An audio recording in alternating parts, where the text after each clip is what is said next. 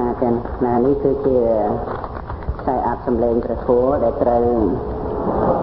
អានបទពិចារណាសិភៅដែលត្រូវចែកនៅថ្ងៃ15កើតខែប្រគុណបន់នៅសេរីរមហើយនឹងជាធម្មទានទូទៅចឹងណាមានឈ្មោះថាបទពិចារណាមានលេខណាលេខ1លេខ2ចឹងទៅសម្រាប់ជាបទនីមួយហ្នឹងមានលេខរហូតដល់ទៅ420លេខចឹង1ការខឹងក្រោធរមែងចាប់ផ្ដើមពីសេចក្តីល្ងងខ្លៅហើយត្រូវបញ្ចប់ដោយការខូចចិត្តក្តី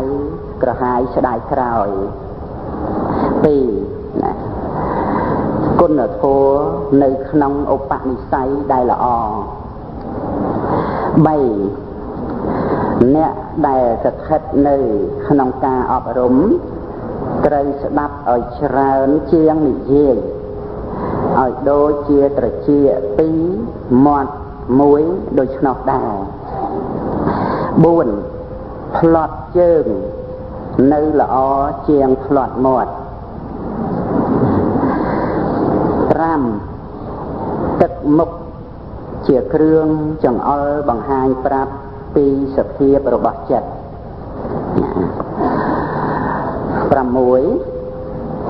សន្សំប្រាក់បានប្រាក់សន្សំល្អបានល្អ7មិនអាចគ្រប់គ្រងខ្លួនឯងបានមិនមែនជាអ្នកធំពិតប្រាកដទេ8កុំអាងភ្លើងពណ៌បៃតងហើយទៅដោយមិនមើលឆ្វេងស្ដាំផងនោះ9លោកភ្លឺស្វាងដោយដួងអាទិត្យចិត្តភ្លឺស្វាងពិតដោយបញ្ញាកំណត់ត្រៃលក្ខក្នុងសង្ខារចិន្តាស្ងប់ទុកសុខពិតអង10កិរិយាសុភាពរាបសារប្រៀបដូចផ្កាដែលស្អាតទាំងដែលមានក្លិនក្រអូបទៀតផង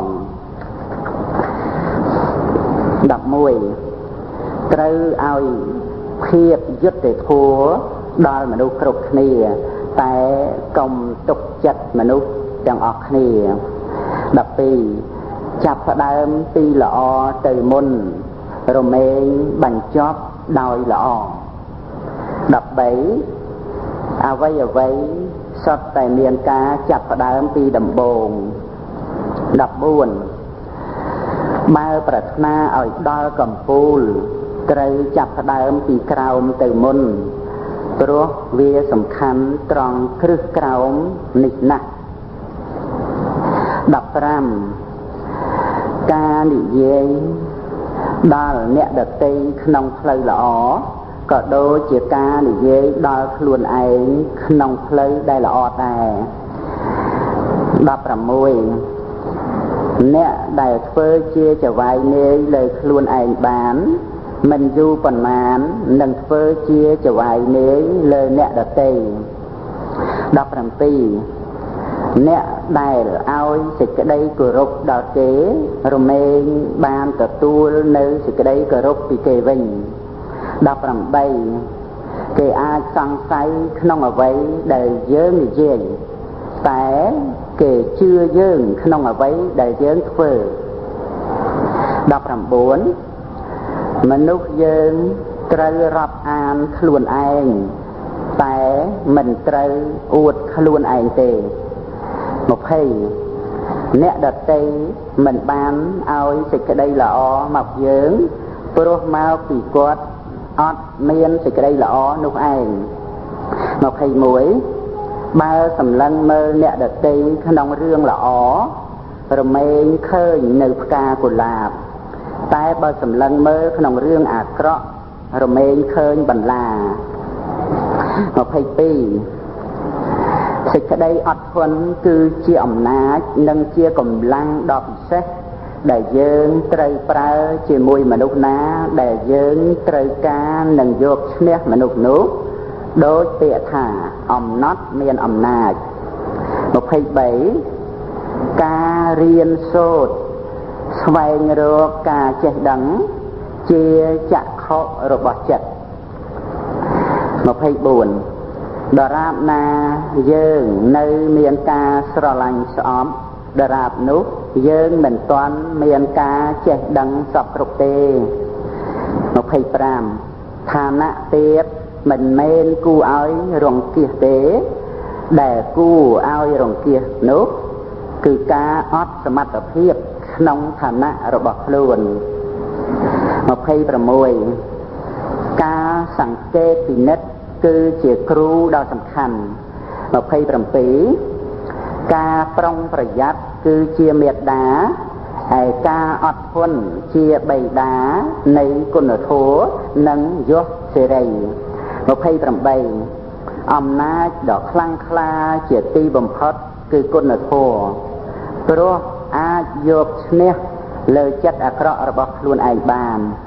ទាំងដែលអ្នកណាក៏មិនអាចដកហូតបានឡើយ 29 ព្យាយាមខន្តីស្មារតីប្រយ័ត្ននិយាយពាក្យពិតមានចិត្តកតញ្ញូអ្នកមានធម៌នេះជាមនុស្សគំរូខ្សែគប់យូររឹតតែទុកចិត្ត 30 ប្រដៅខ្លួនឯងឲ្យបានអានខ្លួនឯងឲ្យដឹងប្រឹងខ្លួនឯងឲ្យដល់ 31 ធ្វើជាតួយ៉ាងល្អជាងពាក្យប្រដៅទៅទៀត 32 ឃ្លាំងបញ្ញាពេញដោយសុភាសិត 33 បើយើងមិនស្វែងរកការចេះដឹងនិងសេចក្តីស្ងប់ទេយើងពិតជាមិនបានជួបឡើយព្រោះការចេះដឹងនិងសេចក្តីស្ងប់នោះមិនមករកយើងជាដាច់ខាត 34 បើប្រាថ្នាគ្រប់គ្រងអ្នកដទៃត្រូវគ្រប់គ្រងដល់ចិត្តសន្តានរបស់គេផងគួរប្រើព្រះគុណជាងព្រះដែក 35 ការប្រឹងប្រែងជាយាមដោយខ្វះចំណេះដឹងដូចព្រះច័ន្ទក្នុងពពកហើយបើខ្វះជាយាមថែមទៅទៀតនោះរមែងងងឹតដូចរាត្រីរនោច 36 សិភៅល្អរមែងជាសម្លាញ់ដែលល្អទាំងក្នុងបច្ចុប្បន្នទាំងក្នុងអនាគតរហូតតទៅ37ការរៀបអាពាហ៍ពិពាហ៍វាជារឿងងាយតែការគ្រប់គ្រងផ្ទះវាជាការលំបាក38រៀបការព្រោះប្រាថ្នាសម្បត្តិទ្រព្យវាជាការលក់សេរីភាពខ្លួនឯង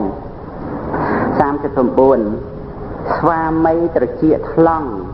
និងភរិយាខ្វាក់ភ្នែកនៅជាមួយគ្នាមានសេចក្តីសុខគ្រាន់បើ40ស្នេហាវាច្រើនតែផ្អែមត្រជាក់ក្នុងពេលចាប់ផ្ដើមលុះមកដល់ចុងរមែងសាបដូចបរិភោគអំពៅដេញពីគល់មករកចុងអញ្ចឹងឯង41សូម្បីទ្រង់មាសក៏ដោយក៏មិនអាចធ្វើឲ្យបាក់សីចង់រស់នៅក្នុងទ្រង់នោះដែរ42បើមិនមានលោភៈទេវាមិនមានអ្វីដែលគួរឲ្យចង់បានឡើយនៅក្នុងលោកនេះ43បើមិនមានទោសៈទេវាក៏មិនមានអ្វីដែលគួរឲ្យទាស់ចិត្តដែរ44ការមិនមានមោហៈសច្ចធម៌រមែងប្រកប45ភាពហឺហានិងភាពសម្បូរសប្បាយច្រើនដោយទ្រព្យសម្បត្តិពិតជាបានសម្លាប់មនុស្សច្រើនជាងការអត់ឃ្លានទៅទៀតមែន46មិនមានអ្វីណានាំសេចក្តីសុខស្ងប់មកឲ្យយើងក្រៅតែពីខ្លួនឯងឡើយ47រមែងមានហេតុអំពីខាងដើមជានិច្ច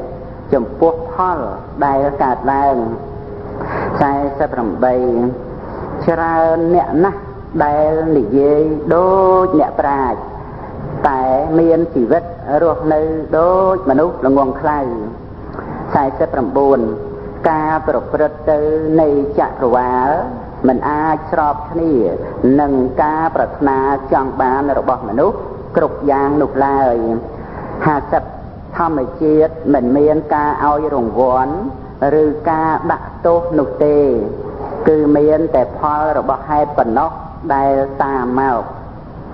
51ក្រពីរយ៉ាងក្នុងលោកនេះគឺក្រទ្រព្យសម្បត្តិមួយនិងក្រសេចក្តីល្អមួយ52មិនមែនគេកំណាញ់សេចក្តីល្អទេនេះមកអំពីគេមិនមាននៅសេចក្តីល្អនោះ53សច្ចៈក្នុងលោកគួរដល់ការក្រេតខិត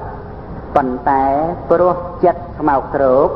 ទៅបរិភោគមិនបាន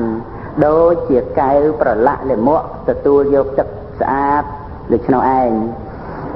54ចិត្តសំខាន់សម្រាប់មនុស្សយើងណាស់ក្នុងការឲ្យសុខឲ្យទុក្ខប៉ុន្តែមនុស្សយើងសឹងតែទាំងអស់គ្នាបានឲ្យសេចក្តីសំខាន់និងពេលវេលាយ៉ាងច្រើនទៅលើតែរូបកាយដោយការបំរុងបំរើសពបែបយ៉ាងឯចិត្តវិញមិនយកចិត្តទុកដាក់ក្នុងការថែទាំឡើយ55បើដឹងថាខ្លួនជាទីស្រឡាញ់នៃខ្លួនឯងហេតុដូចម្ដេចបានជាតម្កល់ខ្លួននៅក្នុងទីដែលមិនស្អាតមិនល្អមិនបរិសុទ្ធពោលគឺទីដែលអត់សិលអត់សេចក្តីល្អនិងទីដែលអត់មានការស្អាតស្អំទៅវិញ56មេត្តាគេមិនបានក៏ពិតតែកុំភ្លេចមេត្តាខ្លួនឯងណាត្រូវចាំថាខឹងនឹងគេគឺដុតខ្លួនឯង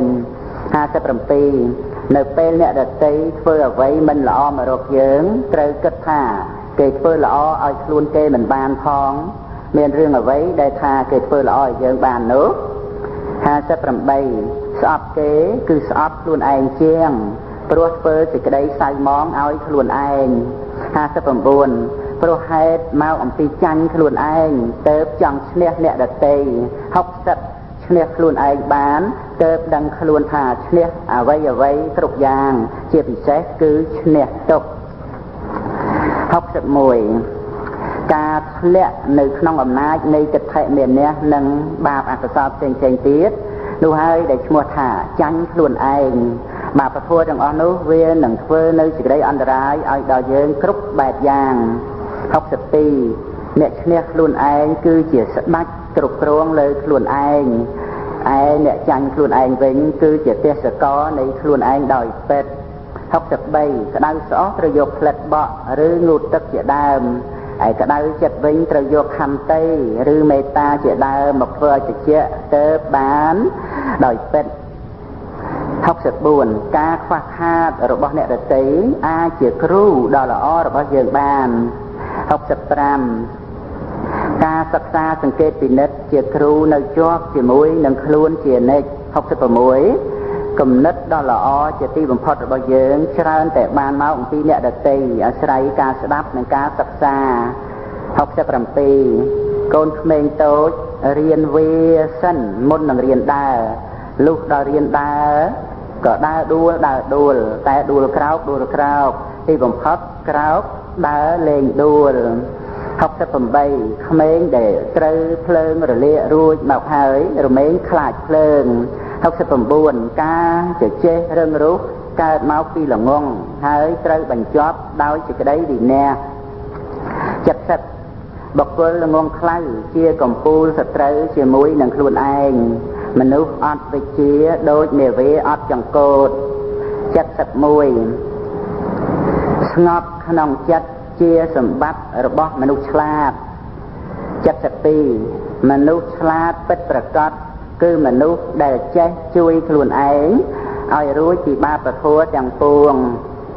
73អ្វីដែលមានជាសាមញ្ញធម្មតានិងជារបស់ងាយនោះឯងដែលជាសច្ចៈដ៏មានជំរឿជាទីបំផុត74ត្រូវជឿលើសភាវៈធម៌ពិតព្រោះសភាវៈធម៌មិនបានបោកប្រាស់អ្នកណាឡើយ75មនុស្សដែលចេះតែពិគិតច្រើនដោយប្រសិទ្ធការចេះដឹងលោកប្រៀបដូចបក្សីដែលមានស្លាបល្អតែពិការជើង 76ការបរិបត្តិដែលប្រសិទ្ធការសិក្សាជារឿងគួរឲ្យអាណិតហើយការសិក្សាដែលប្រសិទ្ធការបរិបត្តិគឺសូន្យទេគឺសូន្យចាគុណធម៌77កម្រិតនៃការមានបានសម្បត្តិក្នុងលោកពិតប្រាកដគឺការចេះគ្រប់គ្រាន់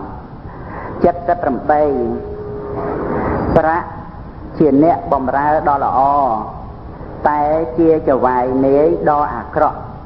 ដូច្នេះត្រូវចេះប្រើប្រាក់កុំឲ្យប្រាក់ប្រើ79មនុស្សដោយច្រើនមិនមែនជាអ្នកប្រើប្រាក់ទេគឺរមែងជាអ្នកត្រូវប្រាក់ប្រើ80ការត្រេកអរក្នុងសេចក្តីមិនប្រមាទពោលគឺចេះស្រឡាញ់ការប្រយ័ត្នរមែងជាឫសគល់នៃអ្វី